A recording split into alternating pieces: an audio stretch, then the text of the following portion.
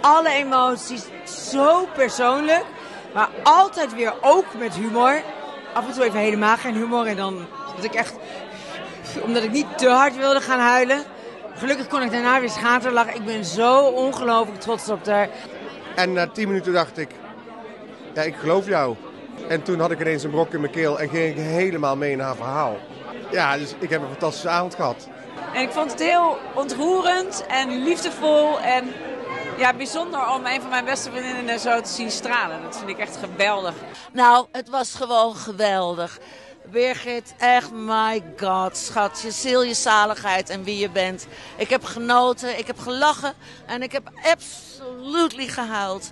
En je bent fantastisch en ik vind dat iedereen moet gaan kijken. Je straalde en je was fantastisch. Je zong geweldig, je klonk heel goed en je was zo thuis op dat podium. Weet je. Ik ben fucking trots op deze vrouw. Ga haar zien. Allemaal gaan kijken. En neem iedereen mee. Het is een fantastisch heerlijke avond.